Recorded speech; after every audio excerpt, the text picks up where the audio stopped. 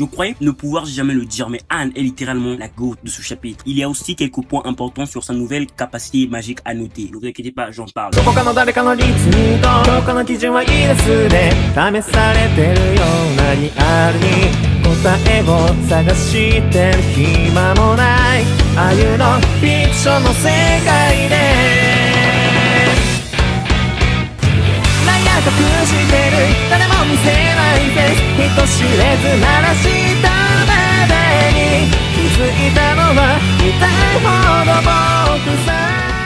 Yo les boss bigons, j'espère que vous allez bien, car ça va. Alors aujourd'hui nous entrons pour la revue du chapitre 121 des 4 chevaliers de l'Apocalypse. Si tu ne le fais pas, qui le fera? Un chapitre assez bon dans l'ensemble qui nous met enfin Anne sous le feu des projecteurs. Car si durant l'arc Walnak ou Lyonesse ce n'était pas trop visible à première vue, là dans ce chapitre ou du moins dans cet arc, cette dernière nous montre juste qu'elle est assez puissante. Et il y a aussi ses compagnons qui montrent un peu leur évolution. Ne vous inquiétez pas, j'en parle au cours de cette vidéo.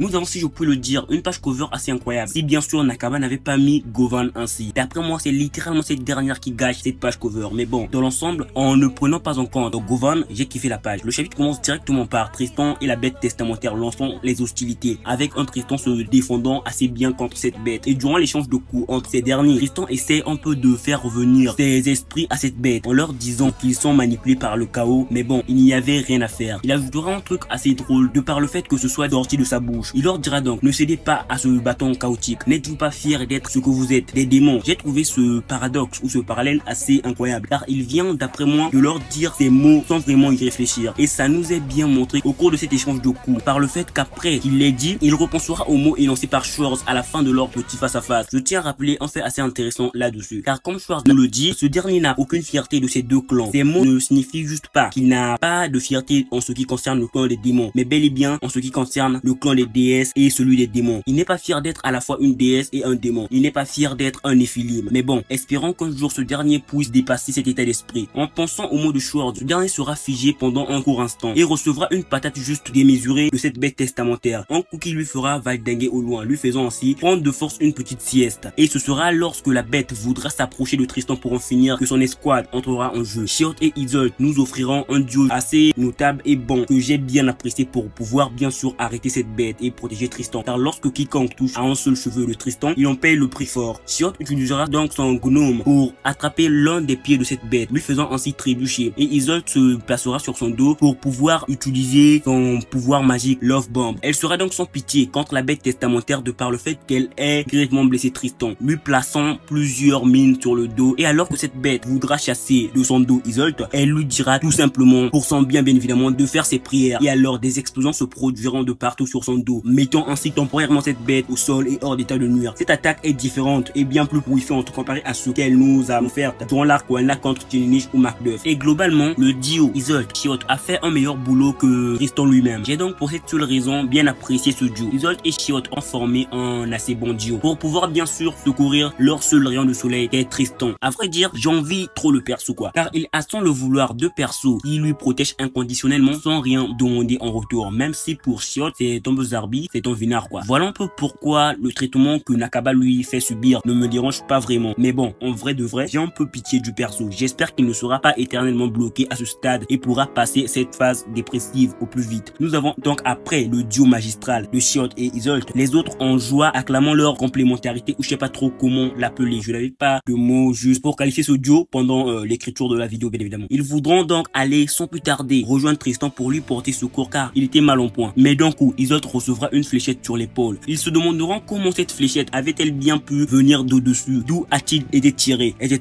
Cette dernière s'écroulera en ressentant bien évidemment la douleur émise par cette fléchette. Shiot, essayant un peu de rechercher d'où venait cette fléchette, recevra à son tour une fléchette dans le bide, ce qui leur étonnera énormément et ce qui me fera extrêmement plaisir bien évidemment. Si ce dernier y passe à cause de cette fléchette, je trouverai cette idée de la part de Nakaba assez incroyable. Mais bon, vu qu'il ne nous a pas encore montré son réel potentiel, il devra forcément survivre, ce qui me déplaît énormément. Mais si je prends en compte le fait que Jade était plus ou moins dans la même situation, alors il devrait bien évidemment mourir. En bref, j'espère qu'il crevera à cause de cette fléchette et qu'ils sauveront Isolde. Nous avons donc Bracla se tirant dans l'ombre, attendant le moment opportun pour les attaquer un par un, avec ses talents d'archer grandement notables et dérangeants pour nos chers héros. Car si je ne dis pas de conneries, sa magie est une magie de sniper qui lui permet de ne jamais rater sa cible. Et ces fléchettes viennent directement s'attaquer dans leur angle mort, ce qui leur est grandement dérangeant. Mais heureusement pour eux, Tony est de leur côté. Après donc les fléchettes reçues par Isolde et Chiotte, ce dernier arrivera à dénicher Bracla et pourra lui faire léviter pour l'empêcher de nuire. Il sera donc impitoyable avec lui après ce qu'il venait de faire à ses amis, en lui faisant tournoyer son relâche dans les airs. Mais heureusement pour Bracla, Livette pointera sa rapière contre Donnie, lui faisant ainsi arrêter l'utilisation de sa magie. Et donc Bracla sera relâché pour pouvoir de nouveau se terrer dans leur angle mort tel un véritable poison. Livette lancera les hostilités contre Donnie qui essaiera tant bien que mal de s'en sortir en évitant ses coups, mais ne fera pas le poids et sera égratigné par la rapière de cette dernière. Et ce dernier Donnie sera in extremis sauvé par Anne qui lui prêtera secours en arrêtant les coups incessants de cette dernière avec sa rapière. Nous avons donc Donnie assez content du fait qu'Anne lui ait secouru, mais d'un coup il commencera à se plonger en pierre. Livette énoncera alors que sa capacité magique se nomme pétrification, une capacité magique qui s'active lorsque son adversaire est touché par sa rapière, même si ce n'est qu'une éraflure. La personne concernée se change en pierre et Donnie a été changé en pierre car il a été éraflé par les coups incessants de cette dernière avec sa rapière. Nous avons donc Anne la disant clairement de manière assez arrogante que pour pouvoir éviter cela, rien de plus simple que d'éviter que ses coups ne l'effleurent. Donnie pétrifié de cette façon ressemble un peu à un idiot. Voilà pourquoi Naizen se dépêchera d'essayer de dépétrifier sans plus tarder ce dernier. Mais avant de pouvoir le faire, il sera à son tour d'un coup attaqué par des kunai lancés par Glenesque, le chevalier sur lequel je mettais beaucoup d'espoir. Je croyais que de par la couleur de sa cape en noir et blanc, il était supérieur aux autres et était possiblement un peu du même niveau que Morslash et Tometou. Mais bon, au vu de ses nombreux prouesses dans l'arc, je crois bien que je me suis lourdement trompé lui concernant. Naizen réussira tant bien que mal à toutes les stopper, ce qui étonnera Glenesque. Nous avons ensuite une suite de pages avec Anne, nous montrant littéralement qu'elle est la goûte de ce chapitre, combattant à elle seule tous les chevaliers chaotiques présents sur le champ de bataille. Nous avons donc un échange de coups entre elle et Livette qui arrive tant bien que mal à se défendre, se rendant bien sûr compte de la puissance démentielle de cette dernière. L'Oshranza essaiera de l'attaquer par derrière, mais rien à faire, elle l'avait déjà prévu. Elle pourra donc éviter ce coup en sautant derrière eux de façon assez incroyable. Elle leur dira ensuite qu'elle, Angala du peloton Perceval, ne pliera jamais un genou à terre face au chevalier de Camelot. Mais bon, pour un peu l'arrêter dans son monologue, Rosebank apparaîtra d'un coup derrière elle, tel un caméléon, lui tenant le bras, la disant qu'ils avaient gagné et que l'escouade Perceval était vouée à être dissoute aujourd'hui. Anne se demandera à quel moment cette dernière a-t-elle bien pu passer derrière elle, et Rosebank énoncera que sa capacité magique se nomme mimétisme. Bien que ce ne soit pas vraiment une magie complexe, c'est très utile dans les duels au corps à corps. Pour ceux qui n'ont pas complètement compris comment sa capacité fonctionne réellement, d'après ce que j'ai pu comprendre, cette capacité lui donne les mêmes attributs qu'un caméléon, car elle peut copier la forme de l'environnement ou des couleurs qu'arbore l'environnement pour pouvoir se camoufler dans la nature sans être repérée. Cette capacité est un peu plus complexe de par son utilisation, car même si elle est derrière une personne, la personne ne pourra remarquer qu'elle est là que si elle entre en contact avec elle. Je pourrais tout simplement dire qu'elle peut se rendre invisible, mais au vu du nom de cette capacité, je doute que ce soit le cas. C'est donc le fait qu'elle puisse possiblement se camoufler en camouflant sa présence, sa magie et même son corps qu'elle a pu surprendre Anne. En bref, cette capacité lui permet de se camoufler, mais pas que, car elle peut aussi camoufler son aura magique, sa présence et tout ce qui lui lie à un lieu en prenant littéralement l'apparence de ce lieu. Et d'après moi, la question à se poser là-dessus est-ce que cette capacité peut imiter l'apparence des gens? Mais peut-être aussi que je vous raconte des conneries. Si vous avez d'autres suggestions là-dessus, n'hésitez pas à me faire part en commentaire, ça m'intéresse.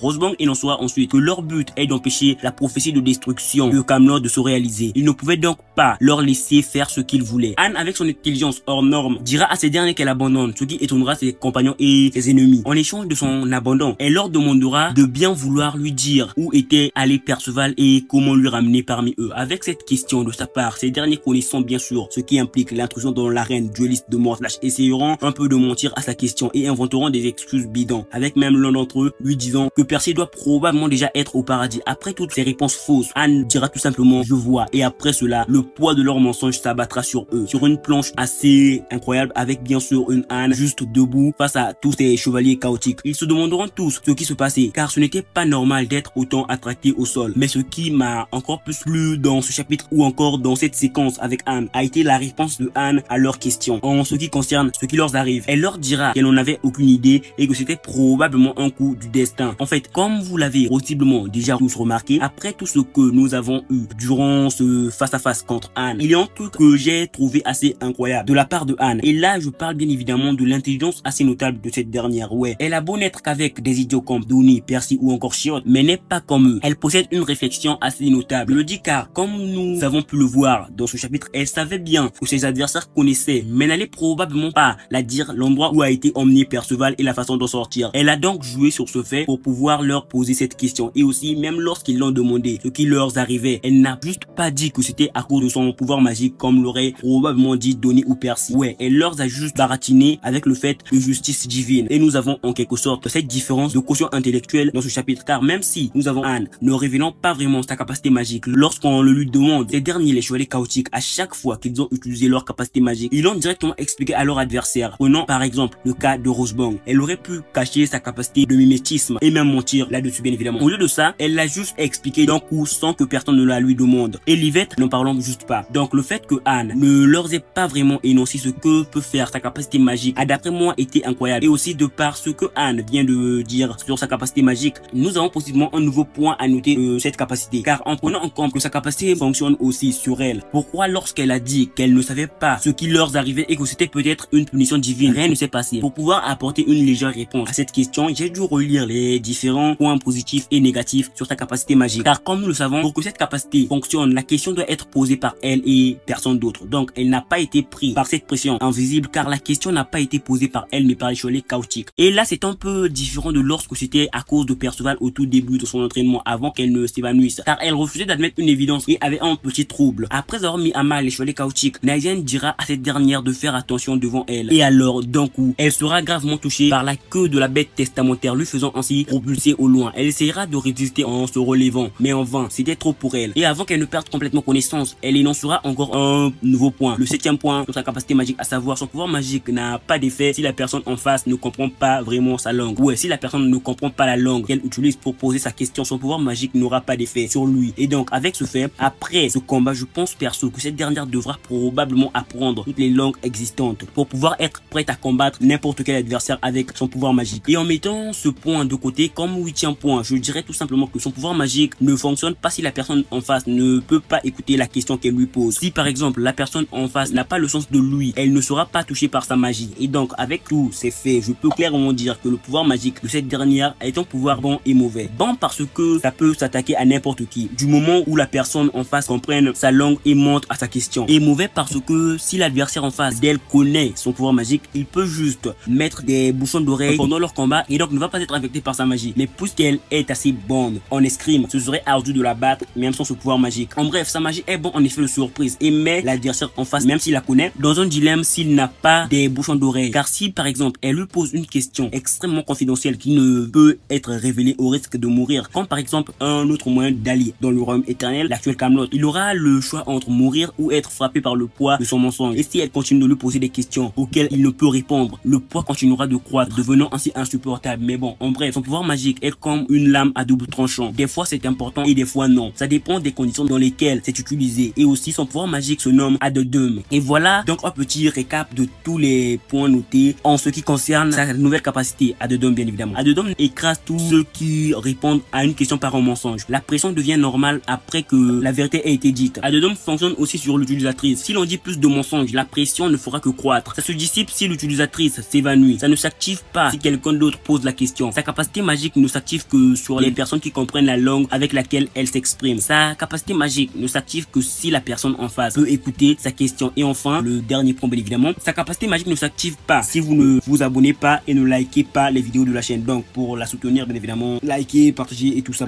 ça fait toujours plaisir et ça la soutiendra bien évidemment dans ce combat ardu. Elle et moi comptons bien évidemment sur vous. En revenant un peu dans le chapitre après l'évanouissement de Anne, le 5e point sera mis en jeu. La pression se dissipera donc sur les chevaliers chaotiques. Nous avons aussi Chiotte et Isolde, étonnés de voir la bête testamentaire presque indemne même après leur duo juste démentiel et magistral que j'ai bien évidemment apprécié. Avec une Isolde se demandant alors ce qu'est arrivé au prince Tristan. Nous avons donc Govan mal en point, demandant à Tristan s'il entendait sa voix. Elle lui dira donc: Tristan, réveille-toi. Si tu ne le fais pas, alors qui le fera? Et nous avons bien évidemment en fin de chapitre cette dernière toujours autant mal en point, rectifiant ce qu'elle venait de dire en lui disant, donc enchaîné bien évidemment par ses liens magiques: si nous ne le faisons pas, alors qui le fera? Avec bien sûr un Tristan évanoui et grièvement blessé par le coup qu'il avait reçu plutôt de la bête testamentaire. En bref, ces derniers sont dans la mouise, ils sont grandement désavantagés. Voilà un peu là où se conclura ce chapitre. Mais bon, de ce chapitre, j'ai trouvé deux persos juste badass. Le premier est Anne, qui nous a montré une prestation légendaire face à tous les chevaliers chaotiques. Et le second est bien évidemment Govan, qui nous a introduit parfaitement le titre de ce chapitre en le rectifiant bien évidemment, car Tristan n'est pas seul. Ils devront donc le faire ensemble. Si tout va bien, cette dernière pourrait être libérée et ainsi les aider à les combattre, ou du moins aider Tristan à combattre la bête testamentaire, ce qui leur serait grandement bénéfique et utile. Et aussi je me demande pourquoi ces derniers ne l'ont pas libéré avant de combattre les chevaliers et cette bête testamentaire, car c'était d'après moi le mieux à faire dans cette situation. Ouais, comment Anne, l'actuelle plus intelligente du groupe, ne l'a-t-elle pas suggéré? C'est étonnant putain. J'espère aussi que cette dernière Anne bien évidemment aura des remords en ce qui concerne Govan, car lors de la fin du premier jour de leur entraînement, lorsque Lancelot leur avait demandé où était passé Govan, elle avait été la première à suggérer qu'elle allait bien alors qu'elle avait été capturée par les chevaliers chaotiques. J'espère donc que ça lui travaillera un peu et qu'elle ne dira plus des choses juste par le plaisir putain. Mais bon, si on prend en compte le tempérament de Govan, alors ça devient assez logique de le supposer. Bon, elle n'est pas trop coupable. J'ai donc apprécié ce chapitre de par la prestation légendaire de Anne et la fin avec Govan. Le seul point négatif que je pourrais énoncer est Tristan, car je ne sais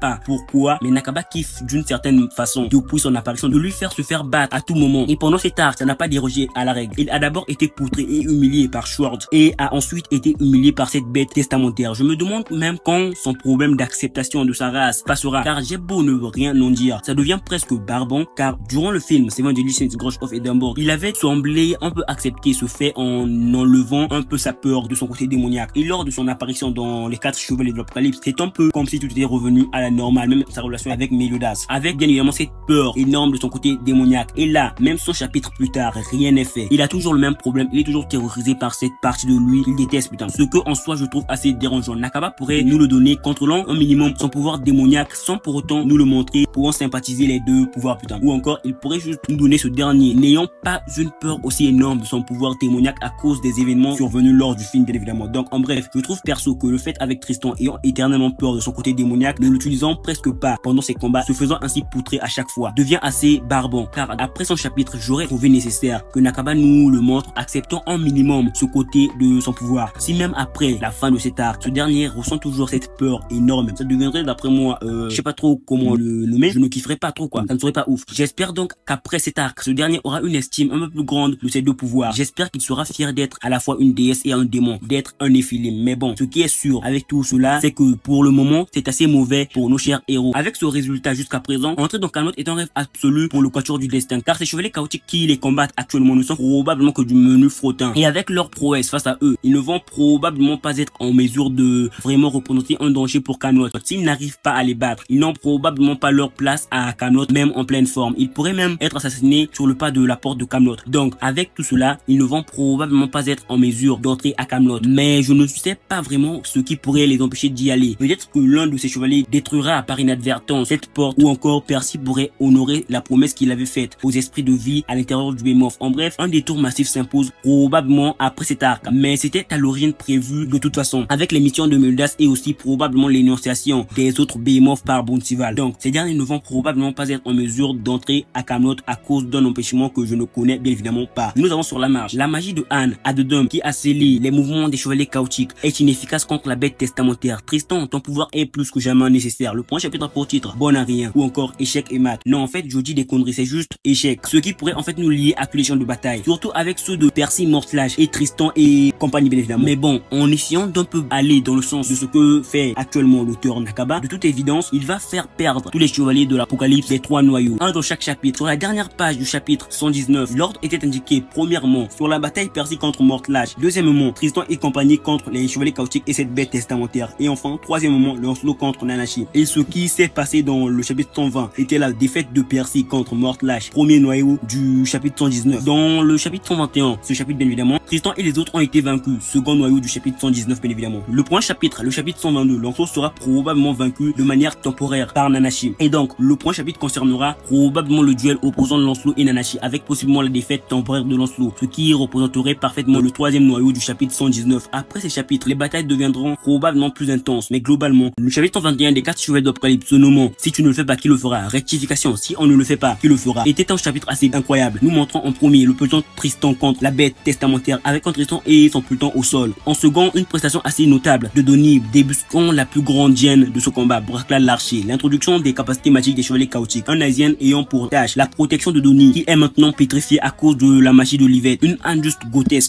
Nous montrons qu'elle est aussi forte que les chevaliers chaotiques, pouvant tous les gérer sans trop de difficultés pendant un laps de temps. Il y a aussi l'introduction d'un nouveau point ou une nouvelle règle en ce qui concerne son pouvoir magique à deux dames. Et enfin, Govan, nous introduisons parfaitement le titre de ce chapitre en le rectifiant bien évidemment, car il n'y a pas que Tristan sur le champ de bataille, mais bien évidemment tout le monde, à part Lancelot et Perceval. Attendons-nous donc à du sale dans les prochains chapitres, avec peut-être le duel Lancelot-Nanachi. Voilà tout pour cette vidéo.